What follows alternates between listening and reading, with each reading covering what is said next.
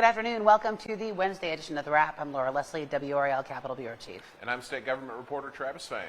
And they are, well, at least the House is wrapping up a little bit early for the week because this is a holiday weekend coming up. Still not sure about what the Senate's up to tomorrow.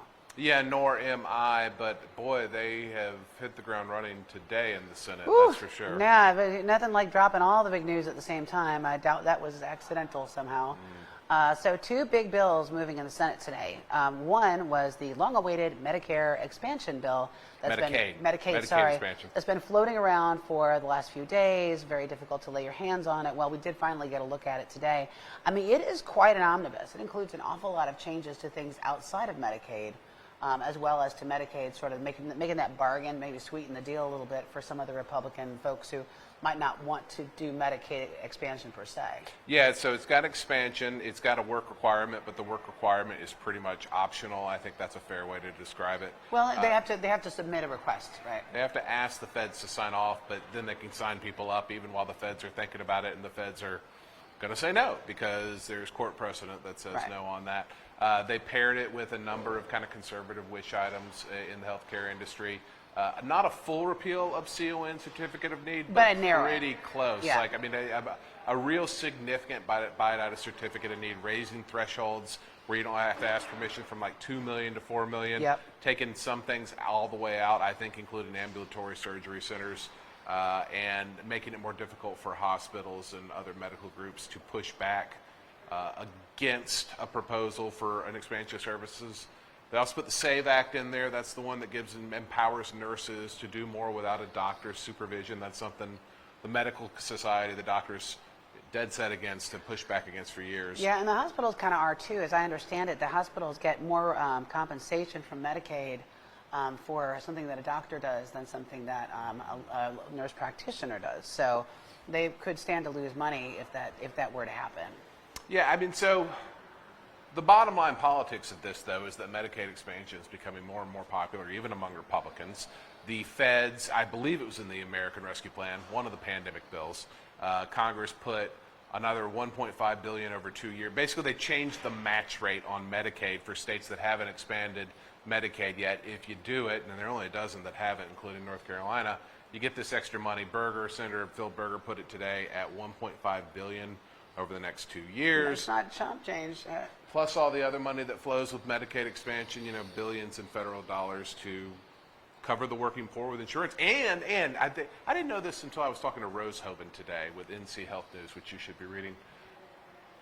There are like 2.7 million people on Medicaid now. Yeah, there are. It's really, we've basically already expanded Medicaid because all these people came onto the rolls during the pandemic, and the feds said, all right, you can't take people off the rolls because of the pandemic. And, you know, so that is still continuing, and exactly when it ends, I don't know. But, I mean, Joyce Kravick today, who, along with Senator Berger, has opposed Medicaid expansion, is now one of the key drivers of it in the state Senate. She said, we think that about 300,000 of the 500 to 600,000 people who are in the expansion population, who would get on with expansion, are already on Medicaid. So that really changed the math. Sure. And except we're getting the lower match rate. We're not getting the 90% money from the federal government to cover 90% of those costs. We're getting, I think it's what, 70-something%. Whatever it is currently, right? I mean, it was boosted during the pandemic. I think a lot of that has fallen away at this point. But I mean, you were in that press conference this morning where Senator Berger spoke about changing his mind. What did he say about why he changed his mind? He said a number of things. One, the money. Two, he said, you know, we did Medicaid transformation. We have always said that once we did Medicaid transformation, we would talk about expansion. I'm not sure that's exactly what they've always said, but okay. They've said it before. I don't know how much attention we all paid to it. It's time. I mean, he basically just said, it's time to move forward. Now, he had some more reasons. I wrote about him. You can read it at NC Capitol, but it's not time in the House. Apparently not, because, you know, and you went and talked to Speaker Moore today. That's right. And Moore said, not only are we not going to do Medicaid expansion, my caucus, the House Republican caucus, is not interested in throwing out certificate of need. He called it a repeal. Where that line is. Okay. It feels closer to a repeal than a lot of what they've They done in the also don't past. like the nurse practitioners language. They also don't like the SAVE Act that we described earlier that empowers nurses to do a little bit more without doctor It kind supervision. of makes you wonder why the Republicans would put all that stuff in the Medicaid expansion bill. I mean, if they really wanted it to pass. And yeah, I don't understand the in-game politics here. I feel like I'm missing several pieces to this puzzle. Yeah. And maybe I will continue to miss those pieces. If you have them, please point them out. Senator Ralph Hyson, budget writer in the Senate, he said they may end up putting this whole thing into the state budget. Wait to see on that. He didn't promise. My Said word. he'd be willing to, but that would spice things up for sure. I was going to say, Speaker Moore just told folks today that he's hoping to be able to wrap up the budget and go home before July 4th. That is what he said on the floor today. So I am not thinking we're going to see Medicaid in the budget.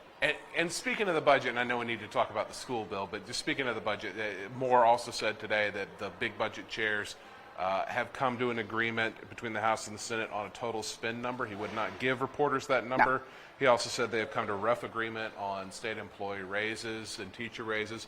Also would not share that yet, but it sounds like those numbers are coming. But there was some good news for retirees. He said that he's very, well, I don't know if he said there would be, but he said he really wants to see a cost of living adjustment for retirees. They have not had an actual cost of living adjustment in more than a decade. Yeah, it's been a bonus, like a one-time bonus, so it doesn't roll over to the next year. He said he'd rather see a real COLA, although then someone said, you mean instead of a bonus? And then he said yes, but maybe it's going to have to be a bonus in order to get it to pass. So you're not out of the woods yet there, and we will see what happens as budget negotiations move forward. He said that the area chairs should be having committee hearings on the budget Tuesday of next week.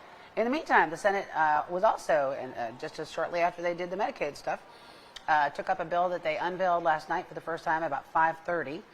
This is a bill that would, it is sort of loosely modeled after the Florida, The Don't Say Gay bill. This is what they're calling the Parental Bill of Rights. I know some detractors, some folks who are media critics have complained about calling that bill the Don't Say Gay bill, but this bill does specifically say that the curriculum for K through 3 students would no longer be allowed, to the extent, whatever extent it is, would not be allowed to address any issues about sexual orientation or gender identity.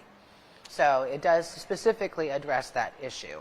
And so that's, I think what Republicans are really focusing on right now is those K-3 grades, because that's politically popular. Even, I think, more than half of Democrats say, really, do we need to be telling kids about this in K through 3, right? Right. I mean, that's kind of a no-brainer. However, and particularly, I know what you want to move on to, and it's important, but particularly the way this bill is written, it's softer. The language is softer than Florida's bill, and what they say is that there should be room if something comes up organically, like a kid has 2 moms or 2 dads. Senator Deanna Bellard today said if a teacher has a same-sex partner, right. It's one thing for it to be organic conversation. She said they're not trying to prohibit that or dampen that. She said it's just having it in the curriculum as something to be taught at that age. Exactly, and the bill language is softer, although I totally understand why people are still critical of it. But the bigger thing is not just K through 3; it's K through 12. Right, and this bill applies all the way through K through 12. Not that part about banning it from the curriculum, but parts of it that would sort of require schools and teachers to notify parents about a lot more things. For example, if a student wants to change pronouns or use a different name, the parents would have to be notified about that. If a student is going to counseling or confiding in a teacher about some kind of mental health crisis they're having, the teacher or the school would be required to call and tell the parents about that. And if they don't, the teacher could be disciplined or fined, and the school could be sued, right? So, that's a big deal. And, I talked to Tamika Walker-Kelly today with NCAE. She was at the first hearing on that bill. She talked about, she says, we know as teachers that not all students have a caring adult at home. And sometimes that caring adult is the teacher, is a school employee. And they worry a lot about what this bill would force them to do, whether that would put those kids in jeopardy. And we also heard today about from a woman who was abused as a child, and she confided in a teacher, and the teacher told her mom. Yeah, and the bill seems to. And then she was beat up. So she offered this passionate, plea to lawmakers to not do this. There's a lot of instances, not even necessarily LGBTQ, where kids have issues that are problems for them that it's not safe to call their parents about. Yeah, and the bill seems to be written from the point of view of, well, I'm a good parent. I want to know what's going on with my kid Certainly. at school. And that is not a one-size-fits-all situation, as the examples you just gave. End of the day, Republicans are probably going to pass this thing. Although in the House, Speaker Moore said that he had not read the bill yet, though he did believe parents had the right to know what's happening with their kids and to make sure instruction is appropriate. My expectation would be this passes roughly on party lines in both the House and the Senate. The governor vetoes it. He put out a statement today saying, don't drag us into the don't say gay culture wars. Didn't say veto, but he never says veto until he vetoes. I don't know how he doesn't veto that, though. But He's the gonna thing is veto it. this is political red meat, right? I mean, this Right. is a negative campaign mailer waiting to happen for every Democrat who upholds a Cooper veto. Right, and there, like so many things down here, there is probably a pathway forward for some of these ideas to move forward Oh, with I would think bipartisan so. support. I would think so. But there was no attempt to garner bipartisan support before. I asked Republicans last night, I said, well, who all seen this language? Does it include any Democrats? Senator Berger confirmed, no, it's just the Republican sponsors. So, I mean, decide what you want about what the point of the bill is, but, I mean, take that into account that, the majority that knows Yeah. they've got a governor who could veto this is not workshopping this with Democrats. No, and another issue with it is that it's really sprawling in terms of health care.